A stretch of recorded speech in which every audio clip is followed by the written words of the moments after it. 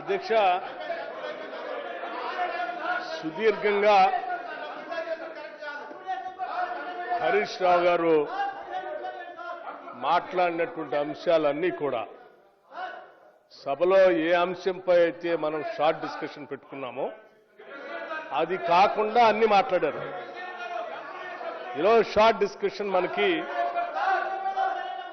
అధ్యక్ష report of honourable mister justice Pinaki Chandra Ghosh, former judge, supreme court of India, former chairman Lokpal of India, commission of enquiry on construction of barrages at Medigadda, Annaram and Sundilla of Kaleshwaram project. అధ్యక్ష ఎందుకు అసలు మనం ఈరోజు దీని మీద ఈ report మీద ఎంతగా మాట్లాడుకోవాల్సిన అవసరం ఎందుకు ఏర్పడింది ఈ రాష్ట్రంలోని ఒకసారి ఆలోచన చేస్తే అధ్యక్ష ఈ దేశంలో నీళ్ల కోసం పెద్ద ఎత్తున పోరాటాలు జరిగాయి అధ్యక్ష. ఆ పోరాటాల్లో తెలంగాణ రాష్ట్రం కూడా పెద్ద ఎత్తున నీళ్ల కోసమే పోరాటం చేసి ప్రత్యేక రాష్ట్రం తెచ్చుకున్నాం అధ్యక్ష. దయచేసి అధ్యక్ష వాళ్ళు కేవలం సభని రాష్ట్ర ప్రజల్ని తప్పుదో పట్టించడం కోసం చేసే ప్రయత్నంలో భాగంగానే ఇటువంటి కార్యక్రమం చేస్తూ ఉన్నారు. వాళ్ళు మాట్లాడాల్సిందల్లా మాట్లాడారు. వాస్తవాలు ఈరోజు సభలో సస్పెండ్ అయిపోతారు. చర్చకు వస్తూ ఉంటే అల్లరి చేసి కార్యక్రమం జరగకుండా చూడాలనేటువంటి ప్రయత్నం చేస్తూ ఉన్నారు. యావత్ తెలంగాణ ప్రజానికం, సమాజం, భారతదేశం కూడా ఈరోజు 1,00,000 కోట్ల పైబడి కట్టినటువంటి కాళేశ్వరం తెలంగాణ రాష్ట్రంలో కూలిపోతే దానిపైన ఈ రాష్ట్ర ప్రభుత్వం వేసినటువంటి కమిషన్ రిపోర్టు సంబంధించి ఏమిచ్చింది, ఏం చెప్పింది, ఈ ప్రభుత్వం ఏం చేయాలనుకుంటుంది, ప్రజల సొమ్ముకి ఏ రకంగా మనం జవాబుదారీతనంగా ఉండాలని ఆలోచన చేస్తుందని తెలంగాణ సమాజం మొత్తం కూడా ఈ రాష్ట్ర ప్రభుత్వం పైన, ఈ సభ పైన చూస్తా ఉన్నారు అధ్యక్ష. ఈరోజు జరిగేటువంటి చర్చలో కాళేశ్వరం ప్రాజెక్టు గురించి మనం మాట్లాడుకునే ముందు అధ్యక్ష అదేదో ఆషామాషి వ్యవహారంలాగా వాళ్ళు మాట్లాడటం కోసం ప్రయత్నం చేస్తా ఉన్నారు అధ్యక్ష. అది ఆషామాషి వ్యవహారం కాదు అధ్యక్ష. రాష్ట్ర ప్రజలకు సంబంధించిన సొమ్ము, ఈ రాష్ట్రం కొట్లాడి నీళ్ల కోసం తెచ్చుకున్న ప్రాజెక్టుల పైన కట్టాల్సినటువంటి ప్రాజెక్టులకు సంబంధించిన అంశానికి సంబంధించిన అంశం అది. ఆనాడు ఉమ్మడి రాష్ట్రంలో డాక్టర్ బాబాసాహెబ్ అంబేద్కర్ ప్రాణేత చేవెళ్ల ప్రాజెక్టుని ఈ తెలంగాణ ప్రాంత ప్రజల కోసం మొదలుపెట్టినటువంటి ఆ ప్రాజెక్టుని త్వరితగతిన పూర్తి చేసుకొని ఈ రాష్ట్రానికి నీళ్లు అందించి ఉంటే ఈ రాష్ట్రంలో ఇప్పటికే దాదాపు అతి తక్కువ డబ్బుతో, అంటే ఉదాహరణకు అధ్యక్ష మీరు మనందరికీ తెలిసిన అంశమే బాబాసాహెబ్ అంబేద్కర్ ప్రాణహిత చేవెళ్లకు సంబంధించినటువంటి ప్రాజెక్టు అధ్యక్ష 2007లో శాంక్షన్ చేస్తే 2009లో మొదలు పెడితే దాదాపు 16,40,000 ఎకరాలకి ఆయకట్టుకు నీళ్లు ఇచ్చేటట్టుగా 10 టీఎంసీ నీళ్లతో ఆనాటి ఉమ్మడి రాష్ట్రంలో ఉన్నటువంటి తెలంగాణ ప్రాంతంలోని 7 జిల్లాలకి డ్రింకింగ్ వాటర్ అందించేటట్టుగా, హైదరాబాద్ జంట నగరాలకు సంబంధించి 30 టీఎంసీలు డ్రింకింగ్ వాటర్ ఇచ్చేటట్టుగా, హైదరాబాద్ పరిసర ప్రాంతాల్లో ఉన్నటువంటి పారిశ్రమల అన్నిటికి కూడా 16 టీఎంసీలు ఇండస్ట్రియల్ పర్పస్ కోసం నీళ్లు ఇచ్చేటట్టుగా డిజైన్ చేసి ఈ రాష్ట్రంలో అందించినటువంటి ప్రాజెక్టు కాస్ట్ కేవలం 38,500 కోట్ల రూపాయలు మాత్రమే అధ్యక్ష. కేవలం 38,500 కోట్ల రూపాయలు మాత్రమే అధ్యక్ష. ఇది కాకుండా వారు ఇంకోటి యాడ్ చేశారు, మిషన్ భగీరథ అని, దానికి ఒక 52,000 కోట్ల రూపాయలు, అంటే దాదాపు 42,000 కోట్ల రూపాయలు కూడా ఖర్చు పెట్టకుండా ఉపయోగపడి కేవలం 38,500 కోట్ల రూపాయలతో పూర్తయ్యేటువంటి ప్రాజెక్టు సంబంధించి దాన్ని పెంచి పెంచి పెంచి 1,27,000 కోట్లకి పెంచి రాష్ట్రం పైన పడి దాదాపు 1,00,000 కోట్ల దోపిడీ గురై అది కడితే కూలిపోయిన ప్రాజెక్టు పైన ఈరోజు ఏం చేయాలని ఈరోజు సభలో మనం అందరం చర్చిస్తా ఉన్నాం అధ్యక్ష. ఈ సందర్భంగా నేను తప్పనిసరిగా సభకి సమాజానికి కూడా ఈ దేశానికి కూడా తెలియాలి అధ్యక్ష. ప్రాజెక్టులంటే ఆధునిక దేవాలయాల అధ్యక్ష, ఇది ఆషామాషి వ్యవహారం కాదు అధ్యక్ష. ఈ దేశంలో బాక్రా నంగల్ కట్టారు అధ్యక్ష. ఈ దేశంలో పాంగ్ బియాస్ నది పైన ఇండస్ బేసిన్లో కట్టారు 51 సంవత్సరాల క్రితం. బాక్రా నంగల్ 62 సంవత్సరాల క్రితం కట్టారు. రంజిత్ సాగర్ రవి రివర్ పైన అధ్యక్ష 24 సంవత్సరాల క్రితం కట్టారు. తెహ్రీ డ్యామ్ అధ్యక్ష భాగీరథి రివర్ పైన కట్టారు అధ్యక్ష. హీరాకుండ్ మహానంది ఒడిశా రాష్ట్రంలో 68 సంవత్సరాల క్రితం కట్టారు అధ్యక్ష. మైథన్ బర్కార్ జార్ఖండ్ రాష్ట్రంలో 68 సంవత్సరాల క్రితం కట్టారు అధ్యక్ష. చివరికి ఈ రాష్ట్రంలోకి వస్తే కృష్ణా రివర్ పైన జోరాల ప్రాజెక్టు కొన్ని దశాబ్దాల క్రితం కట్టారు. శ్రీశైలం ప్రాజెక్ట్ కొన్ని దశాబ్దాల క్రితం కట్టారు. నాగార్జున సాగర్ ప్రాజెక్ట్ కొన్ని దశాబ్దాల క్రితం కట్టారు అధ్యక్ష. గోదావరి నదిపైకి వస్తే ఎస్ఆర్ఎస్పి ప్రాజెక్ట్ కొన్ని దశాబ్దాల క్రితం కట్టారు అధ్యక్ష. శ్రీపాద ఎల్లంపల్లి ప్రాజెక్ట్ అదే గోదావరి పైన కూడా కట్టారు అధ్యక్ష. అంటే ఇన్ని ప్రాజెక్టులు నేను ఎందుకు ఉదహరిస్తున్నానంటే ఈ రాష్ట్రంలోనే కాదు దేశంలో కూడా ఆనాటి ప్రభుత్వాలు కట్టినటువంటి ప్రాజెక్టులు దశాబ్దాల పాటు నీళ్లు అందిస్తూ విద్యుత్ శక్తిని అందిస్తూ ఈ రాష్ట్రానికి దేశానికి పెద్ద ఎత్తున ఉపయోగపడుతున్నటువంటి సంగతిని మనం మర్చిపోకూడదు అధ్యక్ష. మరి ఈ కాళేశ్వరం ప్రాజెక్ట్ అధ్యక్ష అంతేకాదు ఈ స్వాతంత్రం రాకముందు ఈ రాష్ట్రంలో ఆనాటి ప్రభుత్వాలు కట్టిన అనేక మీడియం ఇరిగేషన్ ప్రాజెక్ట్స్ కూడా నిన్నగాక మొన్న వచ్చినటువంటి వరదల్లో కూడా పోచంపాడు కానీ లేకపోతే ఇతరత్ర నిజాం సాగర్ లాంటి ప్రాజెక్టులు కూడా తట్టుకొని నిలబడి ఈరోజు నీళ్లు అందించేటువంటి కార్యక్రమం చూస్తా ఉన్నాం. మరి ఏమైంది అధ్యక్ష? ఆ రోజుల్లో ఆ ప్రాజెక్టులు కట్టినటువంటి సమయంలో ఇటువంటి టెక్నాలజీ ఏం లేదు అయినప్పటికి కూడా అవన్నీ తట్టుకొని నిలబడి నీళ్లు అందిస్తా ఉంటే ఇదే కాళేశ్వరం అధ్యక్ష 1,00,000 కోట్ల పైబడి రీడిజైన్ చేసి 38,500 కోట్లతో అయ్యేటువంటి ప్రాజెక్ట్ ని రీడిజైన్ చేసి 1,27,000 కోట్లకు పెంచి ఆధునిక సదుపాయాలతో అందుబాటులోకి వచ్చిన టెక్నాలజీ ఉన్నటువంటి ఈ సమయంలో కట్టి పట్టుమని 10 రోజులు కూడా నిలబడకుండా కుంగి కూలిపోతా ఉంటే గుండె పగిలి రాష్ట్ర ప్రజలంతా కూడా ఈరోజు ఆలోచన చేస్తా ఉన్నారు. మా సొమ్ము 1,00,000 కోట్లు ఈ రకంగా దుర్వినియోగమైంది అనేటువంటి బాధతో ఆవేదన చెందుతా ఉంటే ఈరోజు మనం అందరం చర్చిస్తా ఉన్నాం అధ్యక్ష. మీరు మాట్లాడుతూ ఉన్నారు హరీష్ రావు గారు, వారు మాట్లాడిన ఆద్యంతం అంతా నేను రాసుకున్నాను అధ్యక్ష. ఇది కాంగ్రెస్ పార్టీ మాట్లాడేటువంటి మాటలు కాదు అధ్యక్ష. ఈరోజు మనం మాట్లాడేది కేవలం ఈరోజు సభలో మా మంత్రి గారు ఉత్తమ్ కుమార్ రెడ్డి గారు చెప్పినా లేకపోతే శ్రీనివాస్ రెడ్డి గారు చెప్పినా లేకపోతే సభానాయకుడు శ్రీ రేవంత్ రెడ్డి గారు చెప్పినా లేకపోతే శ్రీధర్ బాబు గారు చెప్పినా మేము మా పార్టీ వాదనను ఇక్కడ వినిపించట్లేదు అధ్యక్ష. లేకపోతే ఈ ప్రభుత్వం యొక్క వాదనను కూడా వినిపించట్లేదు అధ్యక్ష.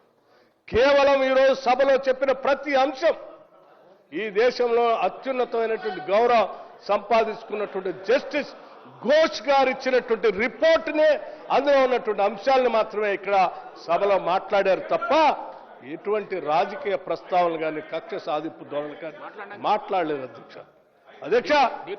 ఘోష్ సంబంధించినటువంటి రిపోర్ట్ ఇస్తే డిప్యూటీ సీఎం గారు అధ్యక్ష మీరు గుర్తుంటే రిపోర్ట్ ఇస్తే రిపోర్ట్ని ప్రజల ముందు ఉంచాలా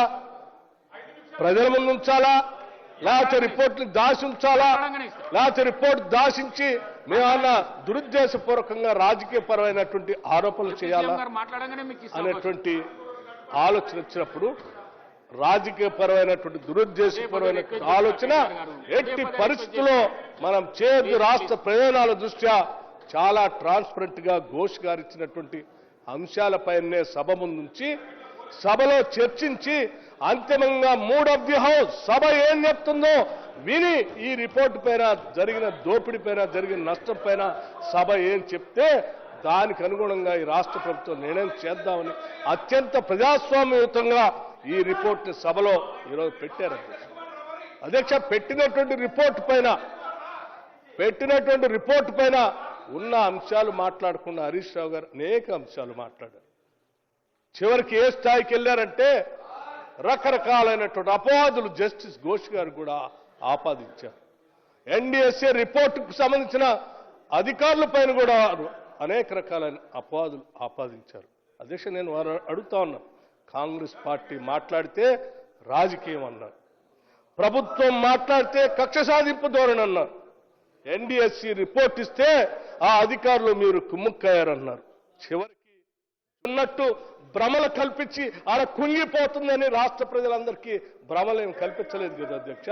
మీ సమయంలోనే మీరే అధికారంలో ఉన్నప్పుడే మీ టైంలోనే అది కుంగిపోతా ఉంటే మేము కాదు అధ్యక్ష, ఈ రాష్ట్రంలో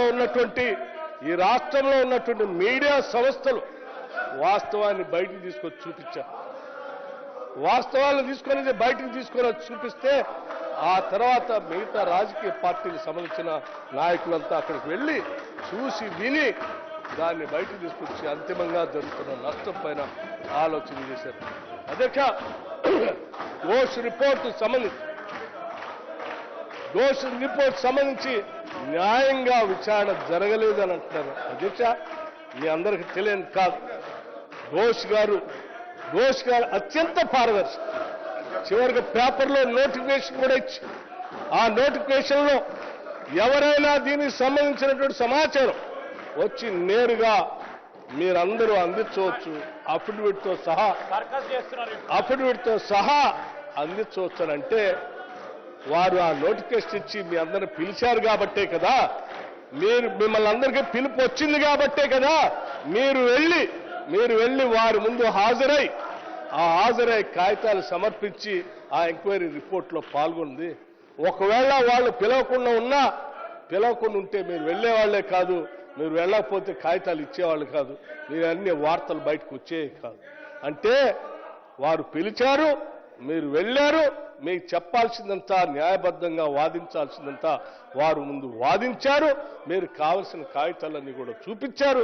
అన్నిటినీ చూసిన తర్వాతనే అందరితో కలిసి మాట్లాడిన తర్వాతనే అంతిమంగా ఈ రిపోర్ట్ని రాష్ట్ర ప్రభుత్వానికి ఆ ఘోష్ కమిటీ వారు ఇచ్చారు. అంటే అడుగడుగున ప్రతి పదంలో కూడా సత్యదూరమైనటువంటి మాటలు సభని పక్కదోవ పట్టిస్తూ ఈ సమాజాన్ని కూడా పక్కదోవ పట్టించడం కోసం హరీష్ రావు గారు చేస్తున్నటువంటి మాటలు సరైనది కాదని నేను చాలా స్పష్టంగా చెప్పదలుచుకున్నాను అధ్యక్ష.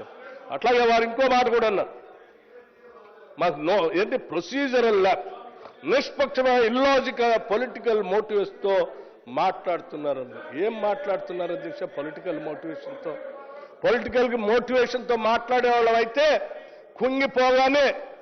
కుంగిపోగానే అందరి దేశంపై చూపించాం, భౌతికంగా అందరు కనపడింది, ఈ దేశం కూడా ఆశ్చర్యపోయింది. అప్పుడే ఆ కక్ష సాధింపు ధోరణి ఉంటే రాష్ట్ర ప్రభుత్వం కక్ష సాధింపు ధోరణితో ఏం చేయాలో అది చేసేది. కానీ అటువంటి పని ఏం చేయలేదే. అత్యంత ప్రజాస్వామ్యయుతంగా ఒక జ్యుడిషియల్ కమిషన్ వేసి వారిచ్చిన రిపోర్ట్ని ఆ క్యాబినెట్లో చర్చించిన తర్వాత సభలో చర్చించిన తర్వాత రాష్ట్ర ప్రజలు తెలియజెప్పాలనేటువంటి అంశాన్ని మీ ముందు పెట్టాం. దీన్ని కూడా వద్దని రిపోర్టు సభలో పెట్టొద్దు, చర్చ పెట్టొద్దు, దాని మీద ఎటువంటి చర్యలు ఉండొద్దని కోర్టుకు పోయి చేయాల్సిన ప్రయత్నాలన్నీ చేశారు అధ్యక్ష. అంత అవసరం. నిజంగా మీరు తప్పు చేసి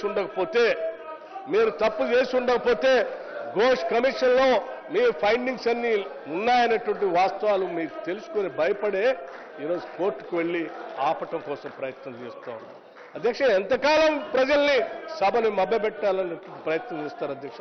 ఇది కాదని నేను చాలా స్పష్టంగా చెప్తున్నాను అధ్యక్ష.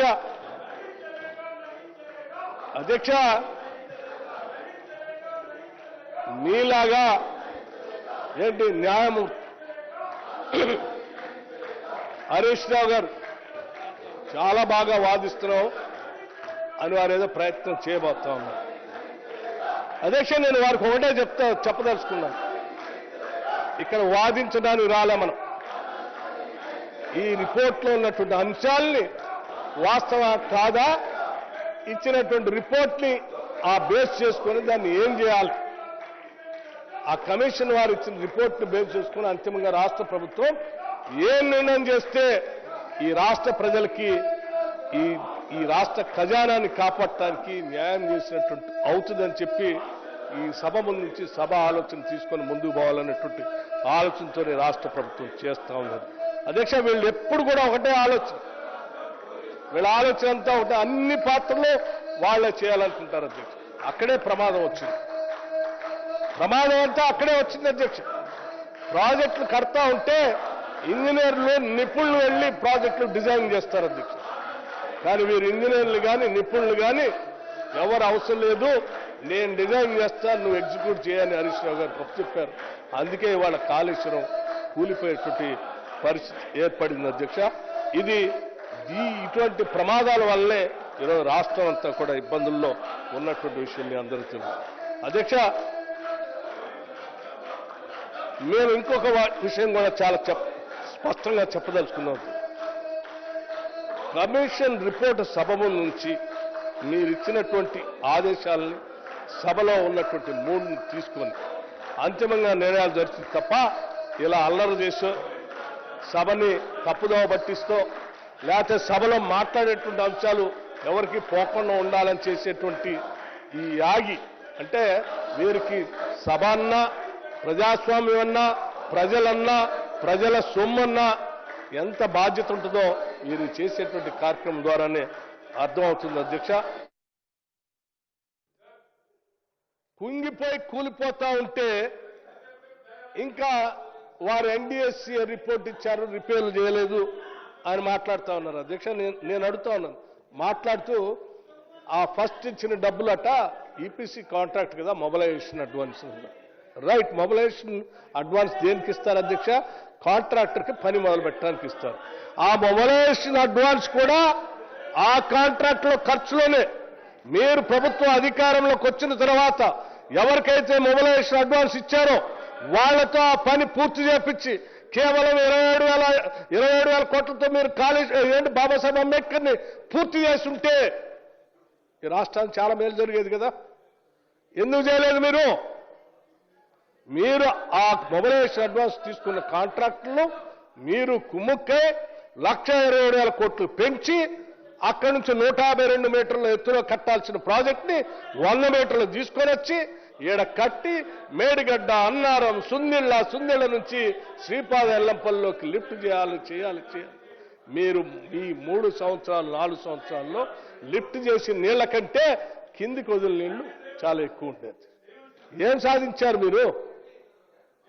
ఏం సాధించారండి? మీరు సాధించిందల్లా ఒకటే, ప్రజల సొమ్ముని అట్లాగే సంవత్సరం పవర్ కాస్ట్ సంబంధించి ఒక 12,000 కోట్ల రూపాయలు ఈ రాష్ట్రం మీద భారం వేయటం తప్ప మీరు సాధించింది ఏం లేదు. ఇంత దోపిడీ చేసి ఇంత అన్యాయం చేసి ఇంకా మాట్లాడుతూ ఉన్నారు అధ్యక్ష.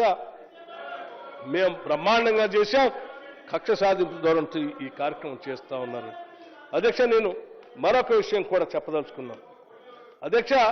ఇప్పటికి కూడా వీళ్ళ ఆలోచన అధికారంలో రాగానే బాబాసాహెబ్ అంబేద్కర్ పేరు మీద ఈ ప్రాజెక్టు ఉంది.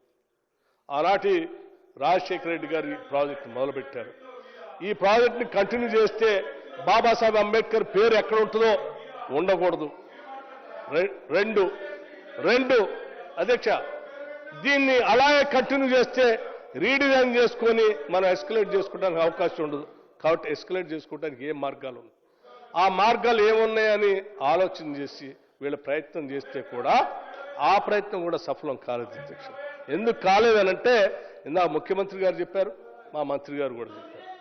వ్యాప్కోస్ అడ్డం పెట్టుకొని అక్కడేదో నీళ్లు లేవు, అందుబాటులో లేవు, ఏడా బాబాసాహెబ్ అంబేద్కర్ ప్రాణేత చేవళ్ళ ప్రాజెక్టులు కట్టాలని తుమ్మిడిహట్టు దగ్గర నీళ్లు లేవు, మేడిగడ్డ దగ్గర కట్టడానికి కావాల్సిన నీళ్లున్నాయి, అది వ్యాప్కోస్ రిపోర్ట్ ఇచ్చింది కాబట్టి మేము కడుతున్నాం అని చెప్పి ఈ రాష్ట్రాన్ని భ్రమలు సృష్టించారు అధ్యక్ష. కానీ వ్యాప్కోస్ సంబంధించిన రిపోర్టు, సిడబ్ల్యూసి సంబంధించిన రిపోర్ట్ని ఈరోజు ముఖ్యమంత్రి గారు, మంత్రి గారు ఈ సభలో ముందు పెట్టి అక్కడ అదే రిపోర్ట్, ఇక్కడ ఇదే రిపోర్ట్, అక్కడ అదే నీళ్లు ఉన్నాయి, ఇక్కడ ఇదే నీళ్లు ఉన్నాయి, అక్కడ కూడా కావాల్సిన నీళ్లు ఉన్నాయి, తక్కువ ఖర్చుతో అయిపోయేది, అది వదిలిపెట్టేసి ఇక్కడ కట్టారు. ఇది కేవలం మీకోసం కట్టుకున్నారు తప్ప వాళ్ళ ఈ రాష్ట్ర ప్రజల కోసం కట్టింది కాదు. అట్లాగే అధ్యక్ష ఇంకొక ఆలోచన కూడా చేశారు. ఏంటి? ఇంజనీర్లు రిపోర్ట్ వేశారు. రిటైర్డ్ ఇంజనీర్లకు సంబంధించినటువంటి ఒక రిపోర్ట్ వేసి వాళ్ళు ఏమన్నా చెప్తారేమని ఆలోచన చేస్తే వాళ్ళు కూడా చాలా స్పష్టంగా రిపోర్ట్ ఇచ్చారు అధ్యక్ష. ఏంటి? అనంతరాములు గారు, వెంకటరామారావు గారు, చంద్రబాబు గారు, దామోదర్ రెడ్డి గారు, శ్యాంప్రసాద్ రెడ్డి గారు కలిసి ఇప్పుడు హరీష్ రావు గారు చదివి వినిపించేటప్పుడు కూడా దాన్ని కూడా మిస్గైడ్ చేశారు అధ్యక్ష. వారిచ్చిన రిపోర్టు, ఆ టైంలో వారిచ్చిన రిపోర్టు వాళ్ళు స్పష్టంగా చెప్తూ కమిషన్ ముందు మేము ఇచ్చిన రిపోర్టు ప్రకారం జరగలేదు, మిగతాది జరుగుతుంది అని కమిషన్ చెప్తే దాన్ని కూడా వాళ్ళు రిపోర్ట్ ఇచ్చినట్టుగానే ఆ కాగితం చదివి సభని, ప్రజల్ని తప్పుదో పట్టించడం కోసం ప్రయత్నం చేశారు అధ్యక్ష. అందులో ఏం చెప్పారు వీళ్ళు? The proposal of construction of barrage on main Godavari near Mergadda and lifting of 160 TMC of water to mid-Maner River is not desirable due to its prohibitive cost and time consumption. అంతవరకు అధ్యక్ష వాళ్ళు ఇచ్చిన report.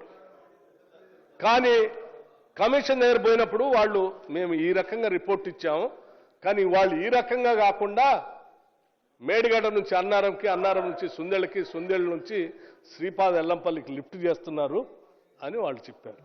ఆ చెప్పింది అది తప్పనే కదా commission చెప్పేది, అందరు చెప్పేది. మీరు ఆయన మొదటి వాళ్ళు చెప్పినటువంటి వాస్తవాన్ని దీన్ని కలిపి చెప్తూ వాళ్ళు దీన్ని ఏదో ఒప్పుకున్నారన్నట్టుగా చెప్పటం కోసం సభని, ఈ సమాజాన్ని కూడా తప్పుదోవ పట్టించడం కోసం ప్రయత్నం చేస్తున్నారు అధ్యక్ష. ఇది కూడా కరెక్ట్ కాదనేది నేను వారికి చాలా స్పష్టంగా చెప్పదలుచుకున్నాను అధ్యక్ష. అట్లాగే అధ్యక్ష చాలా సందర్భాల్లో లోపల బయట అన్ని చోట్ల కూడా ఈ ప్రాజెక్టు సంబంధించి పూర్తిగా కేబినెట్ అప్రూవల్ ఉందని కూడా సమాజాన్ని, ఈ రాష్ట్రాన్ని, సభని కూడా తప్పుదోవ పట్టించారు అధ్యక్ష. చాలా స్పష్టంగా perusal of the material record available, it is to state that the proposal for according administrative approval to Medigadda barrage and the GORT number 231 dated 1/3/2016 was not placed before the Council of Ministers. అధ్యక్ష, council of ministers ముందు cabinet అప్రూవలే లేదని చాలా స్పష్టంగా వారు చెప్పినటువంటి అంశాన్ని కూడా తప్పుదోవ పట్టిస్తూ బయటకు వచ్చి క్యాబినెట్ అప్రూవల్ ఉందని చెప్తా ఉన్నారు. ఇక ఎన్డీఎస్ఏ గురించి, ఎన్డీఎస్ఏ రిపోర్ట్ ఇచ్చారు, మీరు రిపేర్ చేయొచ్చు కదా, మీరు ఎందుకు చేయట్లేదు? ఎన్డీఎస్ఏ వాళ్ళు ఏం చెప్పారు అధ్యక్ష? ఎన్డీఎస్ఏ వాళ్ళు అసలు మేము రాకముందే, కుంగిపోకముందు కూడా ఒక సజెషన్ ఇచ్చారు మీకు, దాన్ని కూడా మీరు పట్టించుకోలే. దాన్ని పట్టించుకొని ఉంటే ఈ ప్రమాదం కూడా వచ్చేది కాదు అధ్యక్ష. వాళ్ళు national dam safety authority via its letter dated 22/10/2023 has constituted a committee to examine the reasons for sinking of the piers of Medigadda barrage. The NDSA committee inspected Medigadda barrage on 24/10/2023 and communicated the report to Government of Telangana on 1/11/2023. Annexure 19 lo var mention chesaru adhyaksh. Even after the receipt of this report, the then government has not acted upon the recommendations of the member, a panel of expert, and the then engineer and chief general dated 14/4/2022 to take up the repairs to all the 3 barrages Kaleshwaram project were ignored. ఇదంతా ఏం చెప్తుంది అధ్యక్ష? వీరు అధికారంలో ఉన్నప్పుడే NDSA report ఇచ్చి వీటికి సంబంధించినటువంటి అన్ని చేయవనంటే దాన్ని కూడా పక్కన పెట్టేసి అంటే కట్టేటప్పుడు ఇంజనీర్ల ఆలోచనలు తీసుకోలేదు. కేసీఆర్ గారు చెప్పారు, హరీష్ రావు గారు కట్టారు. కేసీఆర్ గారు చెప్పారు, హరీష్ రావు గారు కట్టారు. వీరిద్దరు ఇంజనీర్లు కాదు అధ్యక్ష. అరే మేము ఊళ్ళలో ఇందిరమ్మ ఇల్లు కట్టుకోవడానికి కూడా అధ్యక్ష ఆ ఇంటి కోసం ఆయన దగ్గరికి ఆర్కిటెక్ట్ దగ్గరకో ఇంజనీర్ దగ్గరకో పోయి ఒక ప్లాన్ తెప్పించుకొని దాని ఎస్టిమేషన్ తెప్పించి కట్టిస్తూ ఉంటాం. వాళ్ళు కట్టుకుంటారు, మనం కూడా కట్టుకుంటాం. అరే 1,00,000 కోట్ల పైబడి కట్టే బ్యారేజ్కి ఇంజనీర్లు లేకుండా వీరు డిజైన్ చేస్తారట. ఆనాటి వారు వీరు సీఎం గారు, ఆనాటి సీఎం గారు హరీష్ రావు గారు కట్టిస్తారట. ఇట్లా కట్టిస్తే ఇట్లా అయిపోతుంది. సో మనం అందరం ఆలోచన చేయాలి అధ్యక్ష. వీళ్ళేదో కేవలం రాజకీయాల కోసం ప్రజల తప్పుదోవ పట్టించడం కోసం మేమంతా బ్రహ్మాండంగా చేశాం, మేము అద్భుతాలు చేశాం, మీరే నష్టం చేశారంటే అది కరెక్ట్ కాదు అధ్యక్ష. నేను ఇప్పటికి కూడా మేము చెప్పేది ఏంటంటే కమిషన్ రిపోర్ట్, అట్లాగే కమిషన్ రిపోర్టు సంబంధించి అధ్యక్ష చాలా చాలా అంశాలు కమిషన్ రిపోర్టు సంబంధించి సభకి రాష్ట్రానికి కూడా తెలియాలి. ఎందుకంటే మన కమిషన్ రిపోర్ట్ అధ్యక్ష, however the execution stage in the meeting on 9/1/2017 chaired by T. Harish Rao, Honorable Minister Irrigation, the decision was taken that led to replacement of the originally proposed diaphragm walls, jet type sheet piles with secant pile cut-offs annexed 22. అంటే ఇప్పుడే శ్రీనివాస్ రెడ్డి గారు చెప్పారు. ఈ designs అన్ని sir technical committee engineering వ్యవస్థనో ఏదో designs చేసేవాళ్ళు ఇచ్చినటువంటి దాన్ని మార్చేసి వెంటనే హరీష్ రావు గారు వారే ఇంజనీర్ అయినట్టుగా ఇవన్నీ మార్చడం వల్లనే ఈరోజు ఈ ప్రమాదం అంతా ముంచుకొచ్చింది. ఈ ప్రమాదం నుంచి ఈరోజు ముంచుకొచ్చిందంటే ఏమైనా చిన్న విషయం అది. రాష్ట్రానికి సంబంధించిన 1,27,000 కోట్లు, 1,27,000 కోట్లు అధ్యక్ష, ఒక చిన్న అంశం కాదు ఇది. ఇటువంటి నిర్ణయాలన్నీ అట్లాగే అధ్యక్ష పబ్లిక్ హియరింగ్ మాకు అసలు ఇవ్వలేదని చెప్పారు అధ్యక్ష. నేను దానికి సంబంధించి కూడా చెప్తున్నాను. The public notice was issued on 27/4/2024. మాకేం నోటీస్ చేయలేదు, మమ్మల్ని పిలవలేదు, మమ్మల్ని మాట్లాడలేదని మొదట్లోనే చెప్పారు అధ్యక్ష. వారు చాలా స్పష్టంగా the public notice was issued on 27/4/2024 and published the same in the leading national and regional newspapers, inviting representations, allegations or grievance with evidence in the form of notarized sworn in affidavit in a sealed envelope. అంటే ఇంత స్పష్టంగా వారు వాళ్ళకి ప్రత్యేకంగా పిలవటమే కాకుండా open news పేపర్స్లో కూడా ఇటువంటి అడ్వర్టైజ్మెంట్ ఇచ్చి పిలిచి మాట్లాడి అంతా ఎంక్వైరీ చేస్తే వాళ్ళు మమ్మల్ని పిలవలేదు, మాకు అవకాశం వేయలేదు, ఈ ఎంక్వైరీ కమిషన్ రిపోర్ట్ ప్రకారం దీని ప్రకారం ఇట్లా ఉంది, ఇవన్నీ చేయలేదు కాబట్టి మేము కోర్టుకు పోయామన్నట్టు. కోర్టుకు మీరు దేనికి పోయారు అధ్యక్ష? కాళేశ్వరం రిపోర్టు వచ్చిన సంగతి, అందులో ఉన్నటువంటి అంశాలన్నీ మీకు తెలిసిన తర్వాత అది సభ ముందు పెడితే లేకపోతే రాష్ట్ర ప్రజలు తెలిస్తే మేము ఎక్కడ పోవాలా, మా ముఖం ఎక్కడ పెట్టుకోవాలని ఆందోళన చెంది అది బయటికి రానికుండా ఉండటం కోసం ఆ రిపోర్ట్లు ఆపండి అని చెప్పి కోర్టు పోయారు అధ్యక్ష.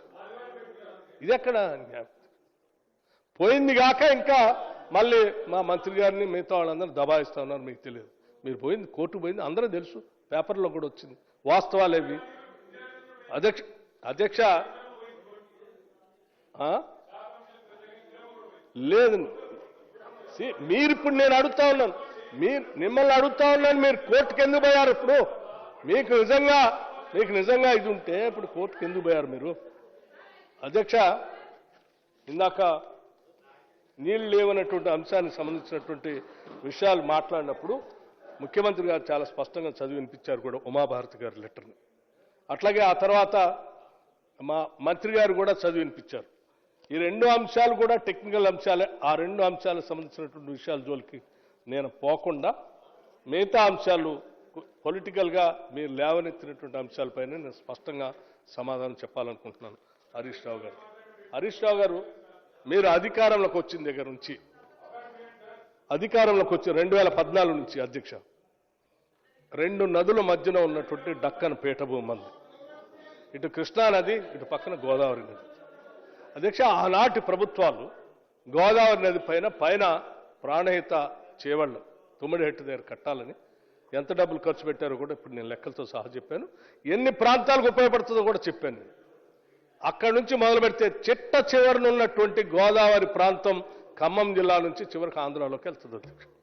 అక్కడ వరకు ఉన్నటువంటి ఇందిరాసాగర్, రాజీవ్ సాగర్ వరకు, ఆ తర్వాత వీటి మధ్యలో ఉన్నటువంటి కాంతానపల్లి, తుపాకులగూడెం వరకు కూడా ఏ ఒక్కదాన్ని వదిలిపెట్టలేదు అధ్యక్ష. వీళ్ళు ఏ ఒక్కదాన్ని వదిలిపెట్టలేదు. ప్రతి ప్రాజెక్ట్ని చీల్చి చెండాడారు. ప్రతి ప్రాజెక్ట్ని ఆనాటి వరకు ఉన్నదాన్ని అతి తక్కువ ఖర్చుతో అయ్యేదాన్ని రీడిజైన్ పేరు మీద వేల కోట్లు పెంచేశారు. మొట్టమొదటిగా కాళేశ్వరం, ఆ తర్వాత వచ్చేస్తే కింద ఉన్నటువంటి తుపాకులగూడెం, ఆ తర్వాత దాని కింద ఉన్నటువంటి రాజీవ్ సాగర్ దుమ్మగూడెం, ఆ తర్వాత ఉన్నటువంటి ఇందిరాసాగర్. అధ్యక్ష, ఇందిరాసాగర్, రాజీవ్ సాగర్లో కూడా ఎట్లా చేశారు అధ్యక్ష? కేవలం 1450 కోట్లతో అయ్యేదాన్ని, కేవలం 1450 కోట్లతో అయ్యేదాన్ని 1950 కోట్లకు పెంచారు అధ్యక్ష. అది కాకుండా దానికోసం బ్యారేజ్ కట్టాలని చెప్పి సీతమ్మ సాగర్ అని దానికి ఇంకో 5,000 కోట్లు, అంటే మొత్తం కలిపి దాన్ని ఒక 25,000 కోట్లు పెంచారు అధ్యక్ష. అంటే కేవలం 1450 కోట్లతో అయ్యేటువంటి ఇందిరాసాగర్, రాజీవ్ సాగర్ ప్రాజెక్ట్ని 25,000 కోట్లు పెంచి దాన్ని ఆ రకంగా చేశారు. ఆ తుపాకులగూడెం, కాంతానపల్లి దగ్గర ఉన్నటువంటి ప్రాజెక్టు తుపాకులగూడెం దగ్గర పెంచి దాన్ని పెంచేశారు. కానీ వీటన్నింటినీ పెంచి గోదావరి నది నుంచి తెలంగాణ ప్రాంతానికి నీళ్లు ఇచ్చారా ఒక ఎకరానికైనా అంటే అధ్యక్ష ఏం నీళ్లు లేదు. కాళేశ్వరం ప్రాజెక్టు అని చెప్పేటువంటి మేడిగడ్డ, అన్నారం, సుందెళ్ళేం ఆగిపోయింది. ఇప్పుడు నీళ్లు పారేయన్నీ కూడా ఆనాటి కాంగ్రెస్ ప్రభుత్వాలు కట్టినటువంటి శ్రీపాద ఎల్లంపల్లి నుంచి మిడ్మానేర్ నుంచి, లేకపోతే మధ్యలో ఉన్నటువంటి ఎస్ఆర్ఎస్పి ప్రాజెక్టు సంబంధించిన కాకతీయ కెనాల్ నుంచి నీళ్లు పారుతూ తెలంగాణ ప్రాంతానికి నీళ్లు వస్తాం. ఇవన్నీ కూడా ఆనాటి కాంగ్రెస్ ప్రభుత్వాలు కట్టినవి తప్ప వీళ్ళు కట్టిన లేదు. వీళ్ళు కట్టింది మేడిగడ్డ, అన్నారం, సుందిళ్ళ, అవి మొత్తం పనికి రాకుండా పోయింది. పోనీ కింద ఉన్న రీడిజైన్ చేసిన ఇందిరాసాగర్, రాజీవ్ సాగర్ ద్వారా నీళ్లు ఇచ్చారంటే దానికి కూడా దాదాపు 8,500 కోట్ల దాకా ఖర్చు పెట్టారు. దానికి కూడా ఒక్క చుక్క నీళ్లు కూడా వచ్చే పరిస్థితి లేదు. మేము వచ్చిన తర్వాత కొంత ఆలోచన చేసి సరే దీనికి ఈ రకంగా నిధులు పెంచి అడ్డగోలుగా ఇంతవరకు ఖర్చు పెట్టారు, దీన్ని ఏదో రకంగా ఉపయోగంలో తీసుకొని వద్దామని చెప్పి ఒక రాజీవ్ కెనాల్ అని తీసుకొచ్చి ఒక 100 కోట్లు శాంక్షన్ చేసి కెనాల్ తీసి దాని ఆ లెఫ్ట్ కెనాల్ కలిపి కొంత నీళ్ళు ఇవ్వటం కోసం ప్రయత్నం చేస్తుంది. 10 సంవత్సరాలు అధ్యక్ష ఈ రాష్ట్రాన్ని పాలించి లక్షల కోట్ల రూపాయలు ఇరిగేషన్ పేరు మీద ఖర్చు పెట్టి ఈ రాష్ట్రంలో ఒక్క ఎకరానికి కూడా నీళ్లు ఇవ్వకుండా పాలన చేసిన ఒక దుర్మార్గపు పాలన ఏదైనా ఈ భారతదేశ చరిత్రలో ఉందంటే ఆ టీఆర్ఎస్ ప్రభుత్వం తప్ప ఇంకోటి ఏది లేదు. ఇది వాస్తవం, లెక్కలతో సహా మనందరం చూడాల్సినటువంటి అంశం. ఇటువంటి పాలన అందించినటువంటి పెద్ద మనుషులు ఇంకా తగుదనమ్మా అని చెప్పి మాట్లాడుతూనే ఉన్నాను. అధ్యక్ష, హరీష్ రావు గారు 10 సంవత్సరాలు మంత్రిగా పనిచేశారు. వారికి ఇంకో పేరు కూడా ఉంది అధ్యక్ష, కాళేశ్వరరావు గారు అని ఒక పేరు పెట్టారు అప్పట్లో. ఎందుకంటే వారు ఆడ దగ్గర కట్టిస్తున్న వీరే కాళేశ్వరరావు గారని వీరికి ఒక పేరు పెట్టారు. ఆనాడు గవర్నర్గా ఉన్నటువంటి పెద్ద మనిషి కాళేశ్వరరావు గారు పాపం ఈరోజు ఆ కాళేశ్వరం ప్రాజెక్టులాగానే కుంగిపోతూ కూలిపోతూ ఇవాళ హరీష్ రావు గారు నిటారుగా నిలబడలేక కాళేశ్వరరావు లాగా కుంగిపోతూ కూలిపోతూ వాస్తవాల్ని చెప్పలేక అటు ఇటు ఇబ్బంది పడతా ఉన్నటువంటి పరిస్థితి కనిపిస్తా ఉంది. ఇది ఈనాటి హరీష్ రావు గారి పరిస్థితి. అధ్యక్ష, ఈ వాస్తవాలన్నీ మీ అందరూ చూశారు. అంతిమంగా ఈ రాష్ట్రంలో నదీ జలాలపైన రాష్ట్ర ప్రజలకు 10 సంవత్సరాలు జరగాల్సిన న్యాయం జరగపోగా, నీళ్లు రాకపోగా, దాని పేరు మీద పెట్టినటువంటి వేల కోట్లు ఖర్చు దోపిడీ జరిగినప్పుడు ఈ రాష్ట్ర ప్రజలకు న్యాయం చేయాల్సినటువంటి బాధ్యత ప్రజాపాలన, ప్రజాప్రభుత్వం పేరు మీద వచ్చినటువంటి ఈ కాంగ్రెస్ ప్రభుత్వం పైన, రాష్ట్ర ముఖ్యమంత్రి రేవంత్ రెడ్డి పైన, మా పైన, మా అందరిపైన, కేబినెట్ సహచరులు, మా ప్రభుత్వం పైన బాధ్యత ఉన్నది. కాబట్టే ఈరోజు వాస్తవాల్ని వాస్తవాలుగా మీ ముందు పెట్టి కక్ష సాధింపు ధోరణిలో పోకుండా రాష్ట్ర ప్రజలకు న్యాయం జరగాలనేటువంటి ఆలోచనతోనే రాష్ట్ర ప్రభుత్వం ఏదో ఎంక్వైరీ చేసి సిఐడియో లేకపోతే రాష్ట్ర ప్రభుత్వం విజిలెన్సో నిర్ణయం చేయకుండా ఒక ఇండిపెండెంట్ జ్యుడిషియల్ కమిషన్ వేసి ఆ ఇండిపెండెంట్ జ్యుడిషియల్ కమిషన్ అది కూడా చాలా ట్రాన్స్పరెంట్గా గొప్ప పేరున్నటువంటి వ్యక్తిని వేసి ఆయన ద్వారా రిపోర్ట్ తీసుకొని ఆ రిపోర్టు సభ ముందు పెట్టి సభ ద్వారా రాష్ట్ర ప్రజలందరూ తెలియజెప్పి ఈ వాస్తవాలు ఈ రకంగా ఉన్నాయి ఏం చేయమంటారని చెప్పి సభని ఈ రాష్ట్ర ప్రజలు అడిగి నిర్ణయం చేయటం కోసం ఈరోజు చాలా ప్రజాస్వామ్యయుతంగా ఈ సభలో ఈ రిపోర్ట్ పెట్టడం జరిగింది. దురదృష్టం ఇంత డెమోక్రటిక్గా ఈ రిపోర్ట్ని సభలో పెట్టి చర్చిస్తూ ఉంటే కూడా అక్కడ నిలబడి ఈ దీనిపైన ఈ రిపోర్ట్ పైన ఆ జస్టిస్ పైన ఈ ప్రభుత్వం పైన లేని ఉన్నట్టు ఉన్నాయి లేనట్టు అపవాదులు చేస్తూ అభాండాలు వేస్తూ మాట్లాడటం అనేది సరైనది కాదని నేను భావిస్తాను.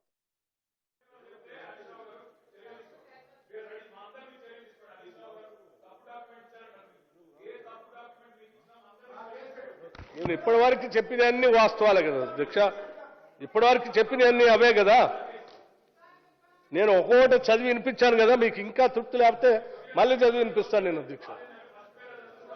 నో నేను చదివిన అన్ని రిపోర్ట్లో ఉన్నటువంటి అంశాలే నేను ముందు నుంచి చాలా స్పష్టంగా చెప్పుకుంటూ వచ్చాను అధ్యక్ష. నేను నా ప్రసంగం మొదలు పెట్టేటప్పుడు చాలా స్పష్టంగా చెప్పాను, నేను మాట్లాడే అంశాలు కాంగ్రెస్ రాజకీయ పార్టీకి సంబంధించిన అంశాలు కాదు.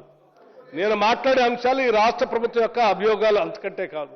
నేను మాట్లాడే ప్రతి అంశం independent judicial enquiry commission Ghosh గారు ఇచ్చినటువంటి రిపోర్టు సంబంధించినటువంటి అంశాలని పేజీలతో సహా నేను చదివి ఈ సభలో పెట్టడం కోసం ప్రయత్నం చేశాను.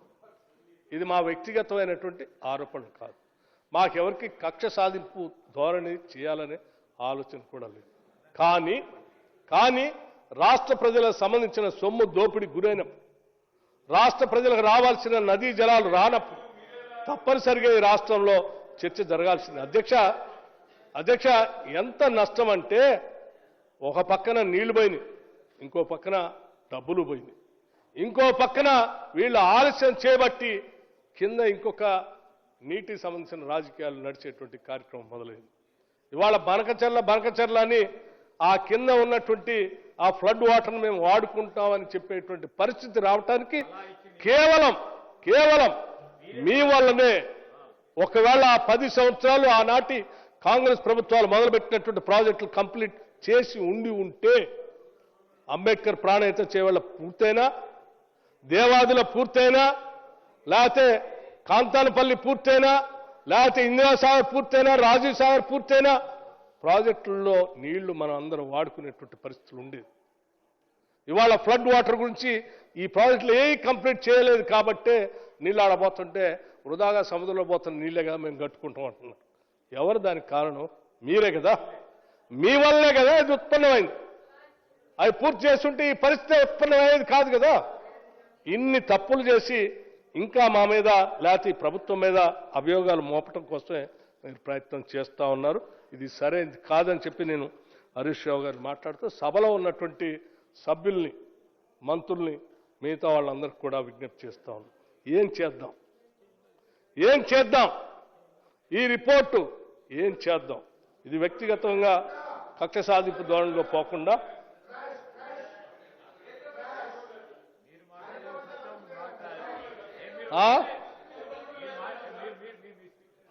మీరు స్పీచ్లో వారు హరీష్ రావు గారు చెప్పాల్సినవన్నీ చెప్పారు, కానీ ఏం చేద్దాం అనేది మాత్రం చెప్పలేదు.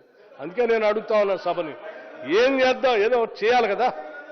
ఏదో చేయకుండా అయితే నేను ముందే చెప్పాను కదా సార్,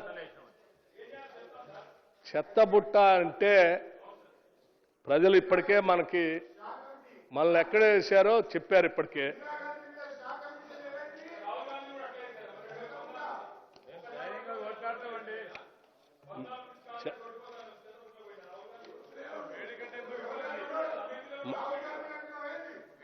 మనం మాట్లాడుకునేది ఈ రాష్ట్రానికి సంబంధించిన 1,00,000 కోట్లు దుర్వినియోగం పైన, కాళేశ్వరం పైన, నీళ్లు రానటువంటి విధానం పైన మాట్లాడుకుంటున్నాం. అదంతా వదిలేసి దేశంలో ఏదో మాట్లాడితే ఎట్లా అండి? మనం ఏం చేద్దాం? నేను ఇప్పుడు సభలో ఉన్నటువంటి పెద్దలందరినీ నా తర్వాత కూడా చాలా మంది మాట్లాడేటువంటి వాళ్ళు ఉన్నారు. వాళ్ళు కూడా ఆలోచన చేసి ఈ రిపోర్ట్ పైన ఏం చేయాలనేటువంటి అంశాన్ని సభ దృష్టికి తీసుకొని రావాల్సిందిగా నేను వారందరికీ విజ్ఞప్తి చేస్తూ హరీష్ రావు గారికి మరొకటి కూడా నేను విజ్ఞప్తి చేయదలుచుకున్నాను. మీరు దయచేసి మాట్లాడిన ప్రతి సందర్భంలో ఏ అంశం తీసుకున్నా ఆ అంశాన్ని వదిలేసి మిగతా అంశాలన్నీ మాట్లాడుతూ ఉన్నారు. సభ మీరు 10 సంవత్సరాలు మంత్రిగా పనిచేశారు కాబట్టి కొంత గౌరవించి మీరు సబ్జెక్ట్ వదిలేసి మిగతాది మాట్లాడుతూ ఉంటే కూడా మీకు పదే పదే అవకాశాలు ఇస్తూ ఉంది. ఇచ్చినటువంటి అన్నిటిని కూడా మీరు సభ సమయాన్ని వినియోగించుకొని ఆ రకంగానే చేయవలసిందిగా నేను విజ్ఞప్తి చేస్తూ, సార్ అధ్యక్ష, నా తర్వాత కూడా చాలా మంది సభ్యులు మాట్లాడే వాళ్ళకు కూడా విలువైన సమయం ఇవ్వవలసిందే కోరుతూ ఈ కమిషన్ పైన ఒక నిర్దిష్టమైన నిర్ణయం ఈరోజు జరగాలని కోరుతూ నేను ముగిస్తా ఉన్నాను.